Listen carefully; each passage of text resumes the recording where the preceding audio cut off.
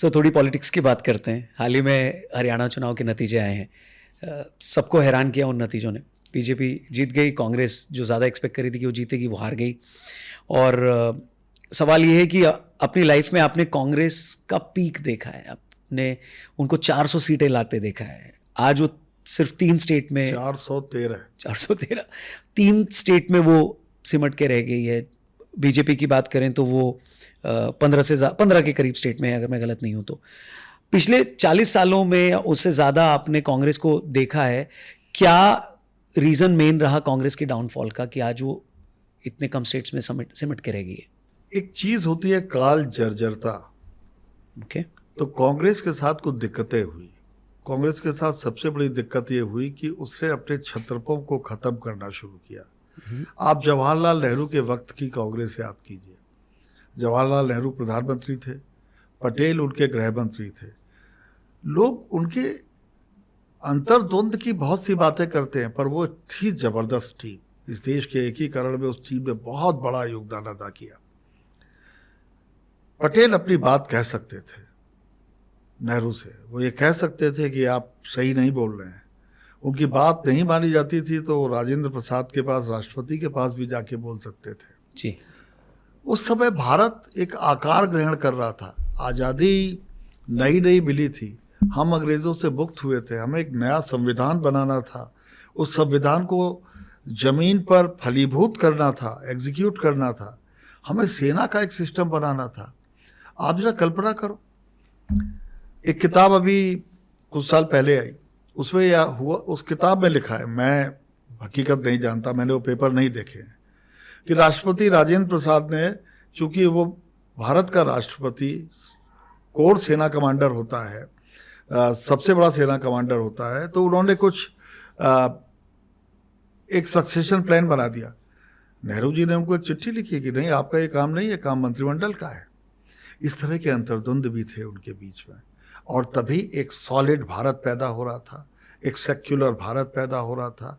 आज का भारत जो हमें दिख रहा है वो उस समय आकार ले रहा था, अंतर्द्वंदों के साथ, मतभेदों के साथ, और एक दूसरे की बात मानते हुए असहमतियों के साथ, कि मैं आपसे असहमत हूं लेकिन मुझे ऐसा लगता है लार्जर इंटरेस्ट में मैं आपका साथ देता हूं। अंबेडकर जैसे लोग थे मंत्रिमंडल में, वो चले गए बाहर, उन्होंने दूसरी पार्टी बनाई। श्यामा प्रसाद मुखर्जी जिन्होंने जनसंघ बनाया, वो मंत्रिमंडल का हिस्सा थे। इन सारे लोगों ने आकार लिया, एक बहुत महान पार्टी थी जिसमें क्षेत्रीय लोग बहुत बड़ी शक्ति हुआ करते थे। के कामराज थे, कांग्रेस के अध्यक्ष हो गए तमिलनाडु के। सुनीति कुमार चाटुर्जा थे, कौन शंकरराव चौहान थे। हुआ क्या कि जब इंदिरा गांधी आई तो पहले तो एक वंशवाद की बेल पड़ी। मैं वंशवाद को कोई अच्छा या बुरा नहीं कह रहा, जिसका जो मन हो वो करे, ये उसका संवैधानिक राइट है। और उसके बाद क्या हुआ कि इंदिरा जी धीमे धीमे उनको ये लगा कि वो जिस पर हाथ रखती हैं वो हीरो बन जाता है। एक कोटरी यहाँ पर ऐसी बनने लगी।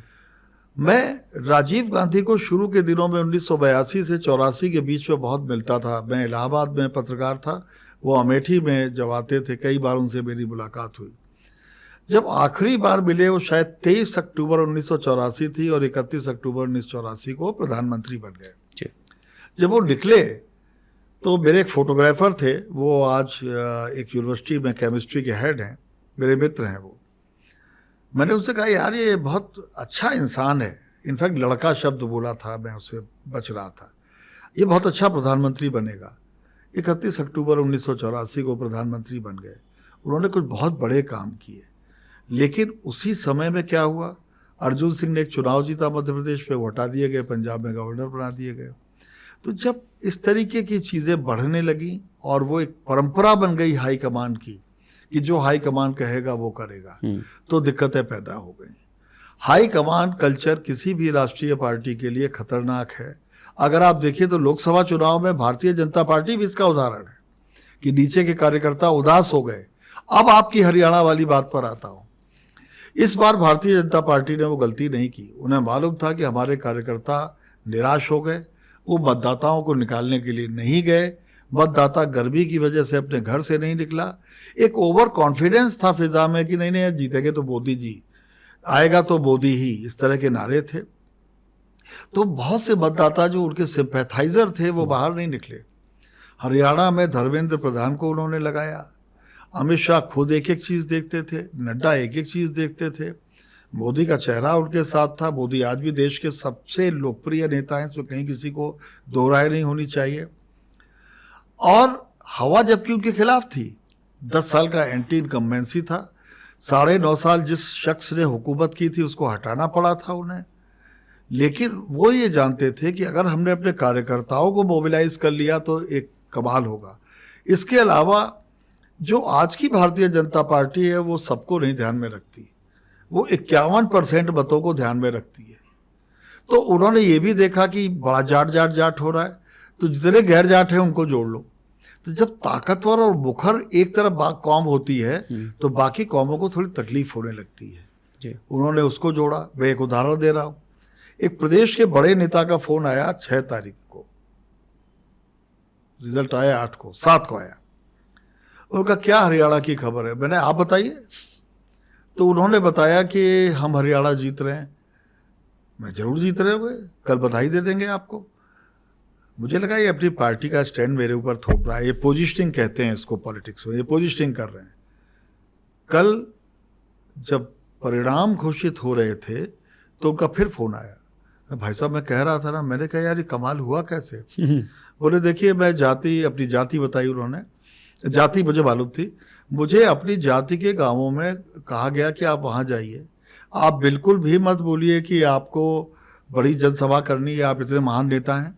आप जाके अपनी जाति के लोगों में बैठिए, उनकी बातें सुनिए, उनके पैर छूइए। बोले कम से कम 5,000 बुजुर्गों के मैंने पैर छुए और उससे कसम खिलवाई कि आप हम ही को वोट देंगे। ऐसे सैकड़ों नेता वहाँ काम कर रहे थे। कांग्रेस क्या कर रही थी? कांग्रेस राहुल गांधी की देख रही थी, पर मैं सवाल नहीं उठा रहा, मैं बिल्कुल नहीं उठा रहा। खड़गे के आगे वो समर्पित हो गए। हुड्डा के आगे, I am very sorry, Bhupendra Singh Hooda के आगे। जाट यादव ये बड़ी मुखर कौमें हैं उत्तर भारत की जी। तो बड़े मुखरता से बोलने लगे वहाँ के लोग, हुड्डा ही हमारा मुख्यमंत्री होगा। बाकी लोग थोड़े सख्ते में आ गए। शैलजा और हुड्डा 2 अलग रास्तों पर चल पड़े। अफवाहें फैलने लगी, मुझे मालूम नहीं है सच था या झूठ, कि एक दूसरे के उम्मीदवार खड़े कर दिए एक दूसरे के लोग हराने के लिए, ताकि जब मुख्यमंत्री पद की दौड़ हो तो हमारे एमएलए ज़्यादा हों उनके कम हो बोलने वाले। भाई मेरे, एक तरफ संगठन था, दूसरी तरफ विघटन था।